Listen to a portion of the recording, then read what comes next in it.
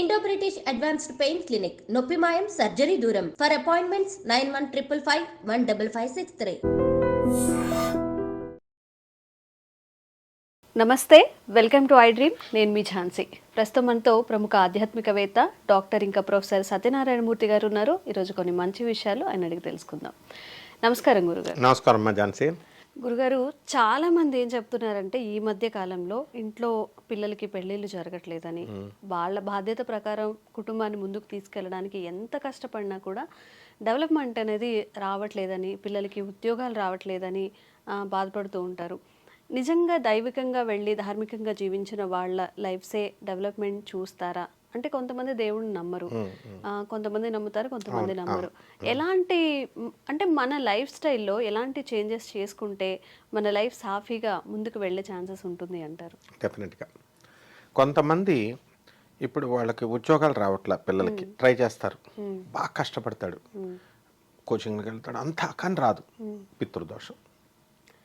పితృదోషం అదొక జ్యోతిష శాస్త్రంలో ఒక అంగంగా చెప్పబడి ఉంది. అలాగే సడన్గా ఆత్మహత్యలు చేసేసుకుంటారు. చదువుకొని పాపం ఇంకా ఫైనల్ ఇయర్ అయిపోయింది, వీడు ఉద్యోగం చేస్తాడు రమ్మ కూడా అంటే ఆ టైంలో ఆత్మహత్య చేసేసుకుంటాడు. పితృదోషం. రోడ్డు యాక్సిడెంట్లో మరణించడము లేదా అట్లా. అంటే ఏంటి గురుగారు అసలు పితృదోషం అంటే ఏంటి? ఆకస్మిక మరణాలే కాకుండా ఈ రకరకాల ఉద్యోగంలో ఎదుగుదల లేకపోవడం, పెళ్లి చేసుకుంటే సంతోషం లేకపోవడం, సంతానం లేకపోవడం, ఇలా రకరకాల సమస్యలు పితృదోషం వల్ల వస్తుంది. పితృదోషం అంటే ఏంటంటే జ్యోతిష శాస్త్రంలో ఎప్పుడైనా సరే రవి శనితో కలిసిన, రవి కేతువుతో కలిసిన పాపగ్రహాలు, రవి కూడా పాపగ్రహమే, ఈ కేతువుతో కానీ ఇలా కొన్ని పారామీటర్స్ ఇచ్చారు. దానివల్ల దాన్ని బట్టి మనం జాతక చాట్లో ఓహో వీళ్ళకి పితృదోషం ఉంది అని మనం ఐడెంటిఫై చేస్తారు దైవజ్ఞుడు అనేవాడు, సిద్ధాంత్ అనేవాడు. మరి ఏమిటి పితృదోషము అని అంటే ఎందువల్ల వస్తుందంటే, ఇప్పుడు చక్కగా పెళ్ళిళ్ళు చేసేవారు. ఇదివరకు జాయింట్ ఫ్యామిలీస్ ఉన్నప్పుడు అత్తగారుల్ని మామగారులను కూడా తల్లుల్లాగా చూసుకునేవారు ఇదివరకు కాలంలో. జాయింట్ ఫ్యామిలీగా ఉండి వీళ్ళ అమ్మని నాన్నే మర్చిపోయేవారు, అంత బాగా ఉండేవారు. మరి ఆధునిక కాలం మారే కొద్దీ స్వార్థం పెరిగింది, కలియుగం వచ్చింది కదా, ఈ జాయింట్ ఫ్యామిలీస్ విడగొట్టేసుకోవడం, సపరేట్ పెళ్ళైన రెండో రోజునే వేరే కాపురం అని పెట్టడం. ఇంతకుముందు అమ్మాయిలు ఏమని అడిగేవారు, ఉద్యోగం ఉందా అని అడుగుతారు. ఇప్పుడున్న అమ్మాయిలు ఎస్ ఉద్యోగం ఉన్నవాడిని సెలెక్ట్ చేస్తారు. చేసుకోవచ్చు కదా, ఇల్లుందా అని అడుగుతారు. సొంత ఇల్లు, సొంత ఇల్లు ఉంది కదా అని ఒక ఆవిడ సొంత ఇల్లు కొందంట. ఆ తర్వాత నెక్స్ట్ స్టెప్ పెళ్లి కూతురు, ఇంకో పెళ్లి కూతురు ఏమడిగిందంట, ఉద్యోగం ఉంది నాకు అగ్రీడ్, ఇల్లుంది నాకు అగ్రీడ్, కానీ నీతో పాటు అత్త మామలు ఉండకూడదు, మీ అమ్మ మీ నాన్న ఉండకూడదు. మరి ముసలాళ్ళు వీళ్ళు ఎక్కడికి వెళ్ళిపోవాలా? కాబట్టి నో మ్యారేజ్ క్యాన్సిల్ అనేసరికి హడిలిపోయింది ఆవిడ. ఇదేమిటినైనా ఎలా అడుగుతున్నారు, ఆడపిల్లలంటే అందరూ అలా ఉండరులేండి, మీరు సెలెక్ట్ చేసుకున్న ఫ్యామిలీలు అలా ఉన్నాయి అన్నాం. అంటే ఎవరైతే అత్తగారుల్ని మామగారుల్ని చూడకుండా తన తల్లి తన తండ్రిని అనే స్వార్థంతో అటు అబ్బాయినా ఇటు అమ్మాయినా ఉంటూ ఇలాగా వాళ్ళకి తిండి పెట్టకుండా పాపం ఓల్డ్ ఏజ్ హోముల్లో వేసేయడం. చిన్నప్పుడు మన తల్లిదండ్రులు మనల్ని ఎంత బాగా చూసుకుంటారు, ఒక్క రోజు కూడా చుట్టాలు ఇళ్ళకి వెళ్ళనివ్వరు, ఎందుకు అనవసరంగా వెళ్ళడం అని. అంత బాగా చూసుకునే తల్లిదండ్రులని మనం ఏం చేస్తామంటే పెద్ద కొడుకు దగ్గర తల్లిని ఉంచుతాం, చిన్న కొడుకు దగ్గర తండ్రిని ఉంచుతాం. 3 నెలలు షేరింగ్ బేసిస్. వీళ్ళిద్దరిని బతికుండగానే విడదీస్తున్నాం, మనమే విడదీస్తున్నాం. రొటేషన్లో మళ్ళీ ఇంకొకళ్ళ కొడుకుల దగ్గరికి వీళ్ళు రావాలి. ఇంకోటి కేసు కూడా ఉంది. ఆ తల్లిని పెద్ద కొడుకు 2 నెలలు చూస్తాడు, రెండో కొడుకు 2 నెలలు చూస్తాడు, ఇలా రొటేషన్లో. ఇది అవసరమా? ఎవరు చూస్తే ఏమిటి అనే బ్రాడ్ మైండెడ్నెస్ రాకపోవడం వల్ల, ముసలి వాళ్ళకి వృద్ధులకి తిండి పెట్టకపోవడం వల్ల, వాళ్ళని మలమల మార్చడం వల్ల వాళ్ళకి ఈ పితృదోషం వస్తుంది. అలాగే చనిపోయిన తర్వాత బాడీకి ఏముంది, ఇంకా కాల్చేయడమే కదా. ఈ పంతుళ్ళది కూడా భాగం ఉంది ఇందులో. ఈ పంతుల్లో కూడా అపరకర్మలు చేసేవాళ్ళు 1 lakh package, 2 lakhs package from dead body to end, 11 రోజుల ప్యాకేజ్ 5 lakhs, 3 lakhs అంటున్నారు. మెటీరియల్ అంతా పార్సిల్ అక్కడ కృష్ణ అనేది ఒడ్డున చేసేస్తారు, భోజనాలు కూడా మాదే ప్యాకేజ్ అంటారు. వీళ్ళ ప్యాకేజీకి భయపడి వీళ్ళ పిండాలు పెట్టడం చాలా మంది మానేస్తున్నారు. మామూలుగా ఏదో కాల్చేయడం 10,000 ఇచ్చేయడం అంటే అందరూ వస్తారు. చచ్చిపోయిన బాడీకి ఎందుకు ఇంత ఇంకా అనేటటువంటి ఇది వచ్చేసి వీళ్ళ ఎన్ని కోట్లు ఉన్నా కూడా మరి వీళ్ళు చేయడం లేదు కర్మకాండ. మరి కొంతమంది ఉంటారు యాక్సిడెంట్లో మరణించినప్పుడు వాళ్ళకి పాపం మన కరోనా టైమే గవర్నమెంటే పర్మిషన్ ఇవ్వలేదు. వాడు ఎంత కోటీశ్వరుడైనా సరే 4 కంటే ఎక్కువ లేదు కాల్చేటప్పుడు అన్నారు. 4 మరి సరిగ్గా కాల్చడానికి లేదు, ముట్టుకుంటే మనకి ఏమైనా మళ్ళీ కరోనా ఎఫెక్ట్ అవుద్దేమో అని కర్మకాండాలు సరిగ్గా లేవు. యాక్సిడెంట్లో ఎక్కడో చచ్చిపోయిన వాళ్ళకి కర్మకాండల పిండాలు తెలియదు, ఇన్ఫర్మేషన్ మనకు లేదు, పిండాలు పెట్టాం. ఈ పిండాలు అనేటటువంటిది ఇది కూడా ఒక డీకోడెడ్ భాషలో ఉంటుంది. పిండం పెట్టడం అంటే బియ్యం పిసికేసి పిండం పెట్టడం, ఆహారం వెళ్ళిపోవడం కాదు. Respecting the soul, departed soul, ఇది మెయిన్ అనమాట. సో ఆ విధంగా చనిపోయిన ఆత్మలను అవమానించిన, బ్రతుకున్నప్పుడు కానీ చనిపోయినప్పుడు కానీ వాళ్ళకి చేయాల్సినటువంటి బర్త్డే ఫంక్షన్ ఉంది, అది మొదటి ప్రక్రియ పుట్టిన తర్వాత. అలాగే డెత్ సెరమనీ, వైకుంఠ యాత్ర, అది కూడా జీవితంలో ఒక భాగం. దాన్ని మనం ఇదేమో చక్కగా చేస్తాం, ఎందుకంటే గిఫ్ట్లు వస్తాయి, ఫ్రెండ్స్ వస్తారు, అంతా. ఇక్కడ ఎవరు చేయరు. ఇలాగా చేయడం వల్ల, పిండ ప్రదానాలు చేయకపోవడం వల్ల, సరిగ్గా కర్మల కాండలు లేకపోవడం వల్ల సోల్ ఏం చేస్తుందంటే ఇక్కడే ఉండిపోద్ది. మన చుట్టూ 11 రోజులు తిరుగుద్ది. తర్వాత ఈ భూలోకంలోనే చెట్టుకి పుట్టకి వేలాడుతూ ఉంటుంది. సో అందరూ డౌటే లేదు, గరుడ పురాణం క్లియర్గా చెప్పింది. ఆ తర్వాత ఏం చేస్తుంది, డీకోడెడ్ భాషలో, అంటే not exactly as in the Garuda పురాణం.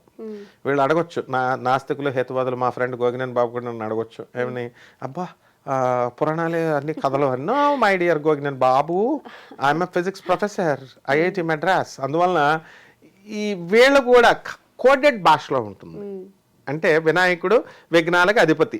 విఘ్నాలకు అధిపతి అయినప్పుడు ఆయన ఏం చేస్తాడు, వినాయకుడిని తొండం వేసుకుని కూర్చుంటాడని కాదు, విఘ్నాలకు అధిపతిగా ఒక దేవుడిని పెట్టాం. ఆయన ఎక్కువ వాడేది రాహుకేతువులు, ఛాయాగ్రహాలు అంటారు. ఈయన ఒక ఛాయాగ్రహం. ఈ డిపార్ట్మెంట్ సరస్వతి ఎడ్యుకేషన్ డిపార్ట్మెంట్ అలా పెట్టుకున్నాం మనం. This is constitution. ఇక్కడ లేదా నీకు home ministry, finance ministry, home department, ఇలా ఎలా పెట్టుకున్నాం, అక్కడ కూడా అలాగే ఉన్నాయి. మన కడమల రూల్ లేవు. కాబట్టి ఈ విధంగా మనం చేయాల్సినటువంటి కర్మకాండాలు చేయకపోయినా, బతుకున్నప్పుడు చేయకపోయినా, వాళ్ళు ఆ సోల్స్ ఏం చేస్తాయంటే అటు యముడి దగ్గరికి వాళ్ళ నరకాల్లో పడేస్తాడు. వైతరిణి నది ఉంది, ఆ వైతరిణి నది, ఆ చీము, నెత్తురు డీకోడెడ్ లాంగ్వేజ్లో ఉంటాయి ఇవన్నీ. సో అలాగా ఆ సోల్ వెళ్ళదు పాపం. వెళ్ళకపోయినప్పుడు నరకంలో నరక యాతన బాధలు అనుభవిస్తూ ఉండాలి. అప్పుడు ఆ సోల్ ఏమనుకుంటుందంటే, దానికి ఆల్టర్నేటివ్ చెప్పింది. మీ వంశీకులు ఎవరైతే, లేదా ఫ్రెండ్స్ అయినా పర్లేదు, ఎవడో ఒకడు వాళ్ళ పేరు మీద ఈ పిండ ప్రధానం కర్మకాండ చేస్తున్నట్లయితే ఆ సోల్ బ్లెస్ చేస్తుంది, దానికి విముక్తి వస్తుంది ముందు. అప్పుడు నెక్స్ట్ జన్మకి వెళ్తుంది అది. ఇప్పుడు మనం చచ్చిపోయిన తర్వాత మన చేతిలో స్వాతంత్రం ఉందనుకోండి, మనం అస్వతంత్రులం. మనం స్వతంత్రం అయితే మనకు కావాల్సిన మదర్ని, కావాల్సిన ఫాదర్ని సెలెక్ట్ చేసేసుకుంటాం, సరే డబ్బున్న వాళ్ళని సెలెక్ట్ చేసేసుకుంటాం, వెళ్ళిపోతాం. మన దగ్గర ఏముండదు అనమాట. మనం ఇంకో 100 సంవత్సరాలు ఇక్కడే ఉండాలి అని కోరుకుంటాం. నో, లాక్కెళ్ళిపోతాడు. 1 సెకండ్ కూడా ఇవ్వడు ఆయన టైం. దేవుడు అప్పు తీసుకుని వచ్చాం ఇంత లిమిటెడ్ టైంని, ఆ లిమిటెడ్ టైంలో నువ్వు మంచి చేయరా అన్నాడు. చేయకపోతే మనం ఫెయిల్ అయిపోయినట్టే, ఎగ్జామ్లో చేసినట్టు సక్సెస్ అయిపోయినట్టే. ఆ విధంగా ఈ సోల్స్ అన్నీ కూడా ఎలివేట్ అవుతాయి. ఎవరైతే వాళ్ళకి పిండ ప్రదానాలు అవి పెట్టట్లేదో అలాంటి వాళ్ళని గుర్తు చేయడం కోసం వాళ్ళ పిల్లలకు ఉద్యోగాలు రానివ్వవు, వాళ్ళ పిల్లలు ఫెయిల్ అయిపోతారు, వాళ్ళ పిల్లలకు పెళ్ళిళ్ళు కావు, పెళ్ళైన సంతానం రానివ్వదు. నిజమైన దేవతలకైనా కరుణ ఉంటుంది, కానీ పితృదేవతలు చాలా స్ట్రిక్ట్ అనమాట. వీళ్ళు మాస్టర్లు. మనకి టీచర్ ఎందుకు స్ట్రిక్ట్గా ఉంటాడు, వాడు పిల్లడు బాగుపడాలి, ఫ్యూచర్లో కొడితే బాగుపడతాడు. అదే హే బాయ్ రా నువ్వు నేను నో ఫ్రెండ్లీ టీచింగ్ అంటే కుదరదు, వాడు పాడైపోతాడు పిల్లడు. కాబట్టి మనము ఈ కర్మలన్నీ కూడా చేసుకున్నప్పుడు అప్పుడు డెఫినెట్గా ఈ విముక్తి, ఆ సోల్కి విముక్తి వచ్చినప్పుడు వాళ్ళ వంశీకుల్ని విడుదల చేస్తాడు. లేదా పితృదేవతలు ఏమంటారంటే, దేవతల ఫోన్లే పాపం వాడు పూజలు చేస్తున్నాడు, మంచి పనులు చేస్తున్నాడు, ఇద్దామంటే నో, వాడు మమ్మల్ని ఇలా చేశాడు, మాకు పెట్టలేదు, మాకు ఇప్పుడు కూడా చేయట్లేదు, కాబట్టి నువ్వు ఇవ్వద్దు అని ఫలితాన్ని అడ్డుకొట్టేదే వీళ్ళ వంశీకులు. ఎవరి వంశీకులు? వాళ్ళ వంశీకులు, మన వంశీకులు. అయితే గురుగారు, అంటే ఒక సులువైన మార్గం ఏదైనా ఉందా? ఇప్పుడు నార్మల్ గా మన పేరెంట్స్ ఉన్నారు, వాళ్ళు వాళ్ళకి సరిగ్గా చేయకపోయి ఉండొచ్చు, వాళ్ళ పేరెంట్స్ వాళ్ళకి చేసి ఉండకపోవచ్చు, ఇలా చాలా మంది ఇట్లాగే మీరు చెప్పిన విధంగా తీసుకుంటే నిజంగా అట్లానే బాధపడుతూ ఉండొచ్చు. వీళ్ళందరికి కలిపి ఆ ఇంట్లో ఉన్న వాళ్ళు, అబ్బాయి అయినా సరే అమ్మాయి అయినా సరే, పెళ్ళైనా కాకపోయినా కానీ ఒక సింపుల్ వేలో వాళ్ళందరినీ తృప్తిపరిచే మార్గం ఏదైనా ఉందా? ఎగ్జాక్ట్లీ. వాళ్ళ నాన్న ఐడియాలజీని, వాళ్ళ తాతల ఐడియాలజీని వీళ్ళు పూర్తి చేస్తే చాలు. ఇప్పుడు వాళ్ళ నాన్న పేదవాళ్ళకి సేవ చేయాలని అనుకున్నాడు, చేయలేకపోయాడు, వాడి దగ్గర డబ్బులు లేక, వీడు చేయాలి. అలాగే వాళ్ళ నాన్న ఐఏఎస్ ఆఫీసర్ చేయాలనుకున్నాడు, వీడు ఐఏఎస్ ఆఫీసర్ అవుతాడు. ఏం ఉపయోగం? పేద ప్రజలకు చేసినప్పుడే. ఏ తండ్రి అయినా, ఏ తాత అయినా, ఎవరైనా మనం బ్రతుకుతూ 10 మందికి బ్రతికించరా అని చెప్తాడు, హెల్ప్ చేయ. అంతేగాని వాళ్ళని కోసేసుకొని మోసాలు చేసి సంపాదించని ఏ బుద్ధి లేని తండ్రి చెప్పడు, తాత చెప్పడు. వాళ్ళ ఐడియాలజీ ఏంటో, పేదవాళ్ళకి సేవ చేయడం, దయార్ద్ర హృదయంతో ఉండడం, ఉమెన్హుడ్ని రెస్పెక్ట్ చేయడం, ఇలాంటివన్నీ కూడా చేసినప్పుడు మాత్రమే ఆ పితృదేవతలు తృప్తి పొందుతారు. ఎందుకంటే వాళ్ళు కూడా కఠినంగా బతికారు, బతికినప్పుడు దుర్మార్గంగా బతికారు, దానివల్ల ప్రయోజనం లేదని చచ్చిపోయిన తర్వాత తెలిసింది. అందుకని వాళ్ళు నా బిడ్డలు అలాగ అవ్వకూడదు, వీళ్ళు పేదవాళ్ళకి సేవ చేయాలా, మంచి సేవ చేయాలా అని వాళ్ళు ఇండికేషన్ ఇస్తారు. ఇది తెలుసుకోకుండా పిండం పెట్టేద్దాం, డబ్బులు పెట్టేద్దాం, పిండం పెట్టేద్దాం, పిండ ప్రధానం ఇదే కాదు, అది కాదనమాట. సో మనము ఎంతసేపు కార్డియల్ హృదయంతో ఈ మూఢనమ్మకాలకు అతీతంగా ప్రజల్ని నడిపించడం, ప్రజలకి, పేద ప్రజలకు, అవసరాల్లో ఉన్న వాళ్ళకి సహాయం చేయడం, ఒక మానవుడుగా రెస్పెక్ట్ ఇవ్వడం. డబ్బు ఉన్నవాడిని రెస్పెక్ట్ ఇస్తాం, డబ్బు లేనివాడిని మనం రెస్పెక్ట్ ఇస్తామా? ఇవ్వం కదా. ఇవ్వాలి. అంబానీని, పేదవాడిని ఒకేలాగా చూసిన రోజున ఈ పితృదోషం పోతుందన్నమాట. అంతేగాని డిస్క్రిమినేట్ చేసినప్పుడు ఇంకా పితృదేవతలు టైట్ చేసేస్తారు. మామూలుగా పిండ ప్రదానం అలాంటివి కర్మాలు చేస్తాము, వాళ్ళ పేరు మీద అన్నదానాలు అవి చెయ్యాలి. కేవలం ఒకరోజు చేసేసి వదిలేసి చేతులు దులిపేసుకోవడం కాకుండా కొంతమంది పేద విద్యార్థులను చదివించడం, అవన్నీ కబుర్లు చెప్తారు, వీళ్ళు చేయరు ప్రాక్టికల్గా. అమెరికాలో ఉన్న చాలామంది నా శిష్యులు అన్నమే తినరు, వాళ్ళు డాలర్ అయిపోద్దని.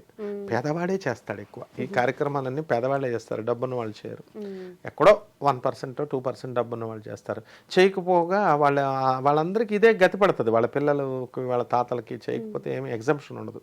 ఇలాగే జీవితం వెళ్ళిపోతుంది వాళ్ళది. నిజంగా చాలా మంచి విషయాలు తెలియజేశారు గురుగారు. ధన్యవాదాలు. ధన్యవాదాలమ్మా.